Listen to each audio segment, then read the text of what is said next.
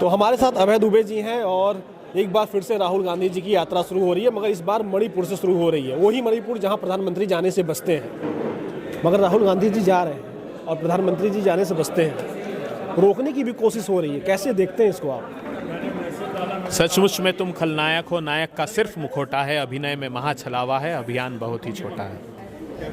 मेरे देश के प्रधानमंत्री ने कभी सद्भावना प्रकट मणिपुर के लिए नहीं की। राहुल गांधी जी तो पहले भी गए थे। जब भी जहां जो वंचित, पीड़ित, दुखी, दर्दी होगा वहां राहुल गांधी जी जाएंगे। और राहुल गांधी जी मणिपुर से मुंबई तक 6,700 किलोमीटर की न्याय यात्रा लेकर निकलने वाले हैं 14 जनवरी से 20 मार्च तक। ये एक नई क्रांति का सूत्रपात राहुल गांधी जी कर रहे हैं। इस देश की दिशा तय करने वाली यात्रा ये होगी, जिसमें हम बेरोजगारी से जो युवा आहत हैं, जो संसाधनों की लूट हिंदुस्तान में हो रही है, जो संवैधानिक संस्थाओं को खत्म भारतीय जनता पार्टी की केंद्र की सरकार कर रही है, जो किसानों को आमदनी कम करके आहत किया जा रहा है, जो महिलाओं के साथ दुर्व्यवहार देश में हो रहा है, उन सब लोगों के लिए न्याय मांगने के लिए राहुल गांधी जी। आप न्याय की बात कर रहे हैं, महिलाओं के उत्पीड़न की बात कर रहे हैं, और बीजेपी के लोग राम राज्य की बात कर रहे हैं। कह रहे हैं कि राम राज्य आ गया है और 22 तारीख के बाद देश में पूरा परिवर्तन हो जाएगा, राम राज्य आ जाएगा, सब सुखी हो जाएंगे। 2014 से अभी तक लगभग 10 साल हो गए, कितने सुखी हुए लोग? क्या दिखाई दिया यात्रा, पिछली यात्रा से? देखिए, राम राज्य की अवधारणा में दो महत्वपूर्ण बातें हैं। पहली बात यह है कि देहिक देविक भौतिक तापा राम राज नहीं कहुई व्यापा, सब नर करही परस्पर प्रीति चलई सर्वधर्म निरत श्रुत नीति।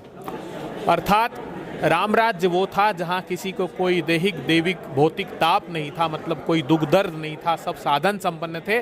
और उस समय भी जो प्रचलित धर्म थे, उस धर्म का सहअस्तित्व था राम राज्य में, और सबको अपने अपने धर्म के अनुसार आचरण करने की अनुमति थी स्वेच्छा से।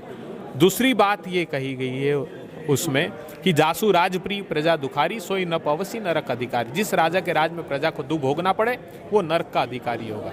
तो आप बता दीजिए मुझे, इन 10 वर्षों में भारतीय जनता पार्टी को चुनौती देता हूं कि एक वर्ग का अगर उत्थान किया, किसानों की आमदनी आपने 27 रुपये कर दी, 12 करोड़ लोगों के रोजगार छीन लिए, 84% की आमदनी कम कर दी, आपके धन्ना सेठों ने माल कमाया, बस 12 लाख करोड़ रुपए की आपके दोस्त की नेटवर्थ हो गई। हिंदुस्तान में इतनी तरक्की और किसी ने नहीं की, और शंकराचार्य जा नहीं पा रहे हैं।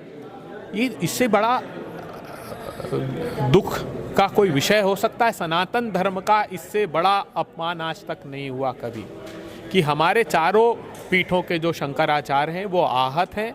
तो कम से कम इसका संज्ञान भारतीय जनता पार्टी को और प्रधानमंत्री जी को लेना चाहिए। मैं पूरी सद्भावना के साथ कहता हूँ, क्योंकि हम सनातनी हैं, हमारी भी सनातन धर्म में आस्था है। भारतीय जनता पार्टी ने एक नया काम प्रारंभ कर दिया, भारतवर्ष को सनातन धर्म के संप्रदायों के आधार पर भी बांटना प्रारंभ कर दिया। उन्होंने उसमें भी बंटवारा, उसमें आप देखिए प्रमुखता से 5 हमारे जो संप्रदाय हैं भारतीय सनातन संस्कृति में, वैष्णव है, शैव है, शाक्य है, स्मार्त है, वेदांती है, इनमें भी विभेद कर रहे हैं। वो कहते हैं ये तो रामंदी लोगों का आयोजन है, इसमें हम शंकराचार्य को और दूसरे संप्रदाय को नहीं बुलाएंगे। अरे साहब, क्यों इतना विभेद करते हैं? इतना जहर मत घोलिए समाज में। इस देश को, इस अखंड भारत को बनाने के लिए लोगों ने अपने प्राणों की आहुति दी है। आप कम से कम ये काम मत कीजिए, मैं ये सद्भावनापूर्वक कहता हूं। अच्छा, आखिरी सवाल, प्रधानमंत्री कहते हैं हमने सामाजिक न्याय को लेकर आगे बढ़े हैं, सामाजिक न्याय की बात करते हैं, और जाति जनगणना से बीजेपी भाग जाती है। इसको कैसे देखते हैं आप? जाति जनगणना क्या 2024 के चुनाव के बाद हो पाएगी कि नहीं हो पाएगी? कांग्रेस पार्टी ने जातिगत जनगणना कराई थी।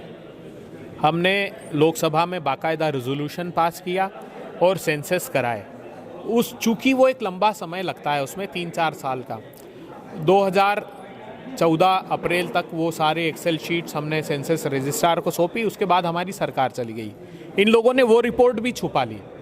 उसमें एक नीति आयोग के उपाध्यक्ष अरविंद पनागरिया की अध्यक्षता में कमेटी बनाने की बात की। उसका खुलासा ये हुआ कि ना तो 5 साल तक कोई भी उसका सदस्य बनाया, ना एक मीटिंग की, और सुप्रीम कोर्ट में एफिडेविट अलग दे दिया महाराष्ट्र बनाम यूनियन ऑफ इंडिया के केस में कि हम जातिगत जनगणना कतई कराना नहीं चाहते। आप लोगों की बैठक हो रही है और उन लोगों की बैठक, एनडीए की बैठक पता नहीं चल रही कब हो रही है, कब नहीं हो रही, और लगातार आपकी बैठक पे सवाल उठा रहे हैं। आखिरी बात, आप इस पर क्या कहेंगे? कहीं की ईंट कहीं का रोड़ा, भानुमति ने कुनबा जोड़ा। उनके जो 38 दल हैं उसमें से 25 दल ऐसे हैं जिनका लोकसभा का सदस्य नहीं है। 9 दल तो ऐसे शामिल कर लिए प्रधानमंत्री जी ने जो पिछला लोकसभा का चुनाव ही नहीं लड़े। तो उनको आत्मचिंतन, आत्ममंथन, आत्मलोचन करना चाहिए। 25 वर्ष एनडीए को बने को मई में हुए थे। 25वीं वर्षगांठ पर कोई आयोजन नहीं किया, लेकिन एनडीए के इंडिया के दल जब एक साथ इकट्ठे हुए तो वो भयाक्रांत हो गए। उन्होंने भी अपने न जाने किन किन दलों को इकट्ठा करके बता दिया कि 38 दल उनके साथ हैं। तो इसलिए जब जिनका अस्तित्व नहीं वो क्या मीटिंग करेंगे। तो जिसका अस्तित्व नहीं हो क्या मीटिंग करेंगे। आरोप है कांग्रेस पार्टी का, आपको क्या लगता है कमेंट करके बताइएगा। नमस्कार।